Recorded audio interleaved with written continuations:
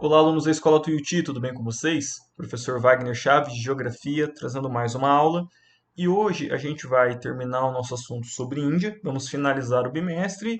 Então, se você deve algum trabalho, atividade ou avaliação, peço que, por favor, esteja me enviando nos próximos dias para que eu possa estar fazendo a correção e fechando as notas. Tá? Tem alguma dúvida se falta alguma atividade? Manda um e-mail também para mim, que eu vou responder se está tudo certo ou se você tem alguma pendência, beleza? Então vamos lá, pessoal. Independência da Índia e alguns problemas, algumas questões bem atuais desse país. Então, pessoal, primeiro, né, como vocês sabem, lá no século XV, as Índias eram uma obsessão dos portugueses. O que eram as Índias? Era o extremo Oriente. Era a Índia propriamente dito, era o Japão, era a China, era as ilhas ali do Pacífico e do Índico, onde você conseguia encontrar tempero, onde você conseguia encontrar seda, porcelana. Então, a gente tem ali o período das grandes navegações, século XV e XVI, a busca por esses países. E quem acaba saindo na frente nessa conquista são os portugueses, que são os primeiros a chegarem nas Índias, na Índia, em Calicut. Depois, os espanhóis que chegam na América e posteriormente os portugueses também vão chegar. Então, os primeiros europeus que fez contato através dessa grande navegação, dessas rotas marítimas com a população da Índia, foram os portugueses. E eles se estabeleceram em Goa. E o processo de Goa, pessoal, é muito parecido com o processo de Macau. Goa, até pouco tempo atrás, era basicamente uma província chinesa, perdão, uma província portuguesa que estava na Índia. Tá? E posteriormente chegaram os britânicos e esses sim dominaram extensas faixas do território indiano, como Mumbai e Calcutá. Então aqui eu tenho um mapa da Índia com alguns pontos, né? Calcutá, aqui, Mumbai, aqui, Nova Delhi, a capital, e Goa, pessoal, não está nesse mapa, mas é mais ou menos aqui onde está essa ponteiro do mouse. Tá bom? Então, lá no século XVI e XVII, o que era a Índia? A Índia era formada por vários pequenos reinos com príncipes locais, lideranças locais, que eram os marajás ou os rajás. Tá? De modo geral, a grande maioria da população dessa região era de religião hindu. Mas havia também muçulmanos, havia budistas e com a conquista, tanto por Portugal quanto pela Inglaterra, passaram a ter cristãos também, católicos e protestantes. Então, é um lugar bastante diverso. Tá? Bem, entre 1887 até 1957, a gente tem um período chamado Raj Britânico, ou Índia Britânica. Tá? Nessa imagem que vocês estão vendo aí, vocês não vão conseguir fazer um recorte do que é. Mas essa parte maior aqui é a Índia, estão vendo? Onde está aqui mais ou menos a bandeira da Inglaterra é o Paquistão. E aqui, desse outro lado, a gente tem o que é hoje Bangladesh, o que era a Burma ou Birmânia, a atual Mianmar, e outros países aqui, Tailândia, Laos, Vietnã, Camboja. Tá? Esse aqui era o Raj britânico. Então, tudo isso daí era a Índia britânica ou Raj britânico. Então, esse era a área de controle dos britânicos aqui. Obviamente não é em sua totalidade, tá, pessoal? Como eu mencionei, tinha Goa, que era portuguesa, mas de modo geral, todo esse território aqui pertencia à Inglaterra. E ele terminou quando? 1957. Também, que é pós-Segunda Guerra Mundial. Então lembra, né? Um dos motivadores, tanto da Primeira quanto da Segunda Guerra Mundial, foram questões ligadas à busca de colônias. Então, uma das soluções para não ter mais essas guerras eram o quê? Acabam-se as colônias. Então, muitas colônias inglesas vão conseguir a sua independência após 1945. Portugal vai ser um pouco mais rigoroso nesse sentido. Então, Moçambique e Angola vão ter suas independências lá na década de 70. Mas, de modo geral, esses processos terminam ali em 45, uns anos para frente, não é? Bom, então, a luta pela independência do subcontinente indiano, ela já inicia quando os ingleses tomam conta do subcontinente indiano. Então, ó, em 1885, a gente já tem o Congresso Nacional Indiano, que era quando a maioria da população hindu já começava a se organizar contra os britânicos que estavam na Índia, também contra os portugueses, aliás, contra todos os estrangeiros que estivessem presentes na Índia, os hindus. Tá? Aí um pouco depois, já no Raj britânico, em 1906 é criada a Liga Muçulmana Nacionalista. Então agora é os muçulmanos da Índia que se unem contra as tiranias, as ações do Império Britânico na Índia. Tá? Bom, é muito interessante mencionar também que durante a Primeira e Segunda Guerra Mundial, é, as pessoas que moravam no Raj britânico, sejam elas hindus, sejam muçulmanos, sejam budistas, elas combateram para a Inglaterra. E isso não foi só apenas na Índia, tá, gente? Soldados da Austrália, soldados do Canadá também combateram a favor da Inglaterra porque fazia parte do mesmo império. E é bem interessante a gente olhar, por exemplo, essas fotos, onde a gente vê o uniforme desses soldados hindus, né? A arma, o turbante. Então, na guerra, eles estavam caracterizados como verdadeiros indianos. Mas é interessante mencionar também que haviam grupos dissidentes, ou seja, grupos de oposição. Então, eles se aliaram à Alemanha nazista, se alinharam ao Japão para combater a Inglaterra, porque uma Inglaterra enfraquecida, você conseguiria sua independência mais fácil. Tá? Logo após o fim da Primeira Guerra Mundial, em 1919, a gente tem promulgada a Highway Act, que era uma lei que punia qualquer manifestação pró-independência na Índia. Então, o que a gente tem essas pessoas eram utilizadas como soldados, estavam lá na linha de frente, faziam parte do Império Britânico, mas não tinha sua independência, ou seja, estava intimamente ligado ao Império Britânico e às ações da coroa, tá? Alguns países, mesmo após a sua independência, mantiveram relações com a Inglaterra, relações, eu digo, inclusive de poder, tá? Então, por exemplo, o Canadá. O Canadá é uma república, mas a Rainha Elizabeth ainda é rainha do Canadá. Tá?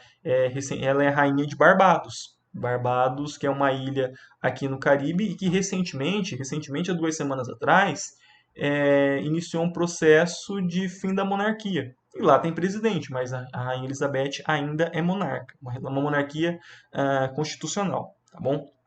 Bem, o que acontece? Durante esse período do Raj britânico, a gente tem tanto funcionários da Companhia das Índias, funcionários do governo britânico ou investidores que vão morar na Índia, assim como vão morar na Austrália, vão morar na Tanzânia. E aí eu mencionei para vocês o caso do Fred Mercury, que nasceu na Tanzânia, na África. E também tem o movimento contrário. As famílias mais abastadas, as famílias que tinham dinheiro, mandavam os seus filhos para estudar na Inglaterra, que era o centro intelectual do mundo. Tá? Uma dessas pessoas que foram estudar na Inglaterra é esse jovenzinho aí, que é o Mahatma Gandhi. Mahatma Gandhi, ele é uma figura muito importante dentro do nacionalismo hindu, dentro da independência da Índia. E vocês já devem ter conhecido ele, já ouviram falar de alguma forma. Se não desse jeito, com essa aparência mais jovem, ou com essa daqui, ele mais velho, aí, quase no fim da vida. Tá? O Gandhi ele foi estudar direito em Londres, e quando ele volta para a Índia, a partir ali de 1920, ou seja, pós ali Primeira Guerra Mundial, ele se torna um dos principais líderes anticolonialismo, anti-imperialismo e pró-independência da Índia. Tá? Mas lembra-se que estava vigorando aquela lei que proibia, que punia manifestações, que puniam atos de rebeldia ou pró-independência. Então, qual que foi a estratégia do Gandhi? Ele utilizou a desobediência civil. Tá? Desobediência civil é o seguinte: bom, a Inglaterra quer ter o domínio da Índia para que os indianos comprem os produtos ingleses. Beleza, eu não vou comprar esse produto. Eu não posso fazer manifestações, mas você não pode me obrigar a comprar esse produto. Você não pode me obrigar a comprar o sal, que era monopólio dos ingleses. Então, essa é a estratégia de desobediência civil. Não foi o único momento que ela foi utilizada na história, tá, gente? É muito interessante que nos Estados Unidos do século XX, a gente teve vários episódios em que os negros utilizaram isso para subverter a ordem dominante. Né? O episódio mais famoso é quando a Rosa Parks, que era uma mulher negra, ela está sentada num ônibus e uma pessoa pede para ela se levantar, simplesmente por ela ser negra. Né? Qual que foi a ação? O Martin Luther King, que já era uma liderança negra nos Estados Unidos nesse momento, falou: beleza, a gente vai fazer o seguinte, não vamos mais andar de ônibus. A gente vai organizar maneiras de transitar sem pegar o ônibus, a gente vai compartilhar caronas, então é um prelúdio aí do Uber um século atrás, e a gente não vai mais usar o ônibus, a não ser que vocês mudem essas leis e que negros e brancos vão poder ter os mesmos direitos e sentar nos mesmos lugares. Tá?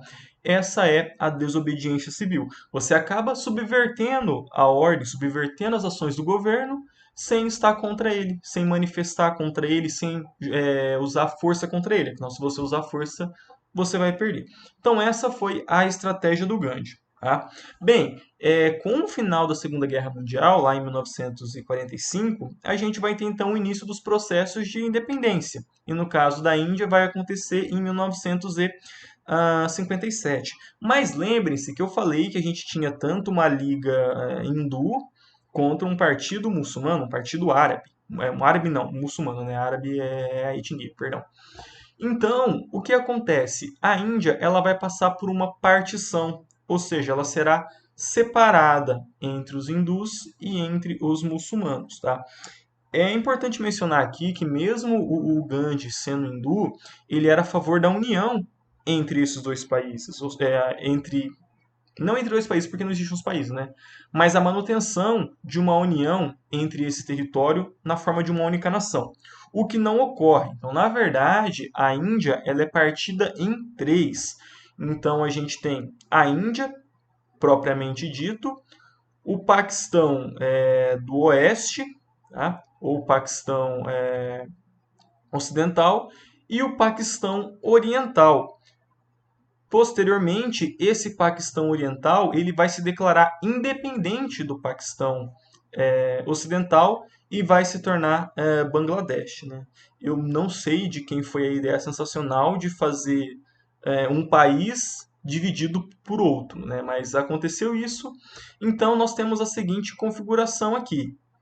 Paquistão, atual Paquistão, maioria muçulmana.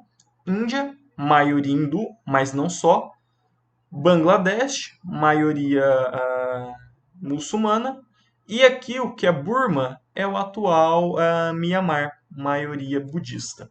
Beleza?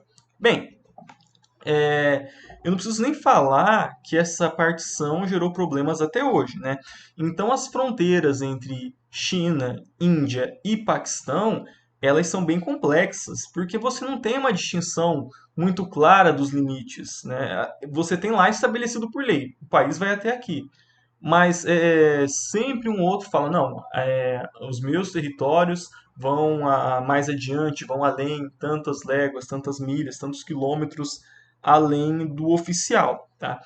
Essa imagem que vocês estão vendo pode parecer bem estranha, tá? Mas ela é um ritual de abertura e fechamento das fronteiras entre Paquistão e Índia. Então tem lá um desfile militar, tem lá um apontando a arma para o outro, fazendo esses passos aí.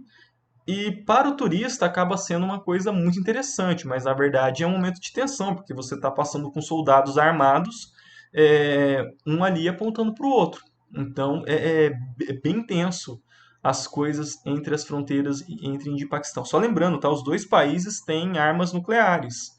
Então não é pensar que Paquistão e Índia são nações pobres, que não têm nenhum conhecimento técnico e militar.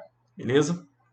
Bem, eu acho que o conflito mais conhecido da Índia ou do subcontinente indiano é aqui a Caxemira, tá? Essa região em roxo, não sei, magenta.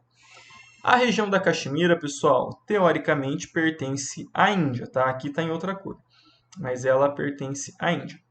O que que acontece? A Caxemira é um território bastante montanhoso, tá? Aqui no Himalaia. Então não é um lugar rico, não é um lugar que você consiga plantar ou que você vai fazer grandes extrações de minerais, tá?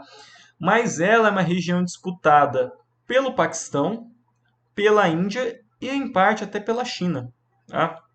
A China, ela tem uma parte aqui, ó, essa partezinha aqui é reivindicada pela China do Paquistão, mas o principal interesse nela, na região da Caxemira, é criar gasodutos e oleodutos para chegar até aqui no Golfo Pérsico, tá? Onde eles terão acesso mais fácil a gás natural e petróleo, e também aqui no Irã, beleza? Irã, Afeganistão, enfim, passa aqui pela Caxemira, uma região estratégica importante para a China, tá? Mas, voltando aqui à questão do Paquistão e da Índia, 75% da população da Caxemira ela é muçulmana. Então, teoricamente, deveria estar do lado paquistanês. Tá? Essa região ela vive em constante tensão, porque você tem presença de exército, grupos armados, é, tem treinamentos estratégicos aqui. Treinamentos, o que eu chamo de treinamentos militares, é o seguinte: eu vou mandar um monte de caça lá para ver quem que se atreve a fazer alguma coisa. Tá? Então é uma região bastante tensa. E lá também tem grupos pró-independência, que não são nem a favor nem do Paquistão e nem da Índia, que é se tornar um país independente. Nos anos 90, era um lugar bastante tenso, sempre tinha noticiário deles. Nos anos 2000 até 2010, isso diminuiu bastante, mas agora voltou. Então, eu até mencionei para vocês que teve um atrito entre Índia e China recentemente, inclusive com a morte de alguns soldados. E nós temos também de novo aqui na Caxemira entre Índia e Paquistão, tá? Então, e lembrando, né, os grupos pró-independente, eles são bombardeados tanto por indianos quanto por paquistaneses. Ninguém quer dar a independência da Caxemira. Bom, pessoal, então saindo um pouco dessa questão política, vamos falar um pouco da sociedade e da economia indiana. Primeira coisa, como a gente viu, a Índia é 1,3 bilhão de pessoas, tá? É muita gente. Desse total, 250 milhões, ou seja, uma população maior do que o do Brasil, são pessoas que estão ali na classe média. Então, tem uma boa renda, tem acesso à comida, à tecnologia, bens de consumo de modo geral. Tá? Porém, a gente tem um outro extremo, são 75 milhões de pessoas, que é muita gente, que estão abaixo da linha da pobreza, que é ganhos inferiores a $1 por dia. Tá? Então, ao mesmo tempo que a Índia é um dos maiores mercados consumidores, pelo volume de gente, pela quantidade de pessoas que estão ali no que a gente chama de classe média, do outro lado a gente tem uma população bastante pobre também, bastante empobrecida e que não tem acesso à água, que não tem acesso a saneamento, que não tem acesso à saúde, educação, entre outras coisas. E para a gente mostrar também esse contraste, é interessante pensar que a Índia hoje ela é uma exportadora de cérebros. A Índia hoje ela tem engenheiros, tem físicos, químicos, astronautas Recentemente, a Índia lançou uma sonda na Lua, e o que parece que é coisa da corrida espacial do século passado, na verdade, um grupo bem seleto de países que conseguiu fazer isso. Teve um problema na hora do trem de pouso, não sei se foi na hora do lançamento ou na hora de chegar na Lua. Não conseguiram, mas é um feito espetacular. O Brasil até hoje não lançou um satélite próprio. Então, nesse aspecto, a Índia está um pouquinho à frente. Tá? Essa imagem que vocês estão vendo aí é do Anand. Ele tem um nome, mas é impronunciável para mim. E ele é um dos maiores jogadores de xadrez da atualidade. Tá? Então, é muito comum indianos que se destacam e que as famílias tenham dinheiro que continuem estudando fora, que vão estudar nas melhores universidades do mundo. Então, isso era até satirizado em algumas séries, né? O The Big Bang Theory tem o estudante indiano que é doutor em astrofísica e que não quer voltar para a Índia porque conhece as maravilhas dos Estados Unidos. Porém, a Índia ela vem se modernizando e ela vem dando condições de trabalho para essas pessoas. Então agora o cara que se forma em física e química e que antigamente não tinha nada para fazer na Índia vai ter, porque é um país que está se desenvolvendo, está buscando um desenvolvimento tecnológico e necessita dessas pessoas que foram estudar fora e que agora estão voltando para a Índia, tá bom? Ah, a respeito da cultura, gente, a Índia ela tem uma tradição milenar que está muito ligada ao hinduísmo. Então não tem como a gente pensar na Índia fora da religião hindu. Boa parte da população ela é vegetariana, justamente pelo fato da vaca ser um animal sagrado. Então aí você reduz para frango e porco, o que também acaba tornando que é um produto bastante caro, então as pessoas optam por consumir frutas, verduras, legumes, vegetais de modo geral. Tá? O maior polo de filmes do mundo está na Índia, que é Bollywood, e em 2019, Bollywood sozinho fez mais de 280 filmes. Isso é um filme a cada 2 dias, até menos, um filme a cada um dia e meio. É bastante coisa. Boa parte desses filmes não chega pra gente. Primeiro, porque não é feito em inglês, é feito na língua deles. E é uma produção voltada ao mercado interno. Então acaba não chegando. Mas, vez ou outra, chega pra gente um diretor, tem o Shalamayan, desculpa gente, eu não sei pronunciar o nome dele, mas ele é um diretor que fez vários filmes de terror e suspense, e é bem aclamado na crítica dos Estados Unidos.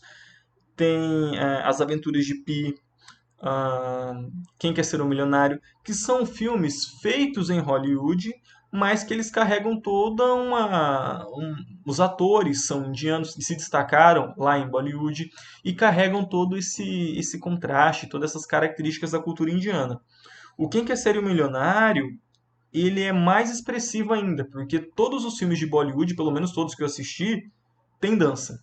É uma coisa típica deles. Todos os filmes vai ter uma música e vai ter o pessoal dançando. E no Quem Quer Ser o Milionário, eles trazem isso para tentar demonstrar como que é esse cinema em Bollywood. Então é uma cultura bastante rica e bem diferente dessa cultura ocidental que a gente está acostumado.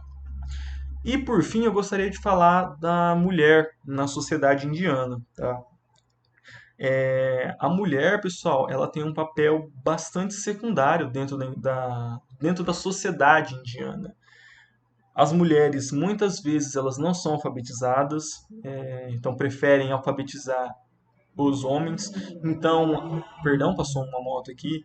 Aquele cenário que eu falei da pessoa que vai estudar fora da Índia, poucas vezes vai ser a mulher, a grande maioria das vezes será o homem. Há uma predileção da sociedade indiana preferir homens, porque a sociedade de casta e a tradição indiana obriga, por exemplo, o pai da noiva a pagar o dote do casamento, ou seja, arcar com custos do casamento. Então, isso acaba sendo motivo para não ter filhas mulheres. Então, para vocês terem uma ideia, em 1994, o governo indiano teve que fazer uma lei que proibia exames de ultrassom que determinassem o sexo da criança. Porque se fosse menina, muito provavelmente os pais iriam forçar o aborto, porque não queriam ter meninas. Isso sem falar na série de abusos, violência sexual, ausência de médicos especializados, de ginecologistas, ou da acesso até mesmo a material de higiene, como por exemplo o absorvente. Tá? É um país, a gente pensar, 700 milhões de pessoas abaixo da linha da pobreza. Imagina como que é a situação da mulher nessa sociedade.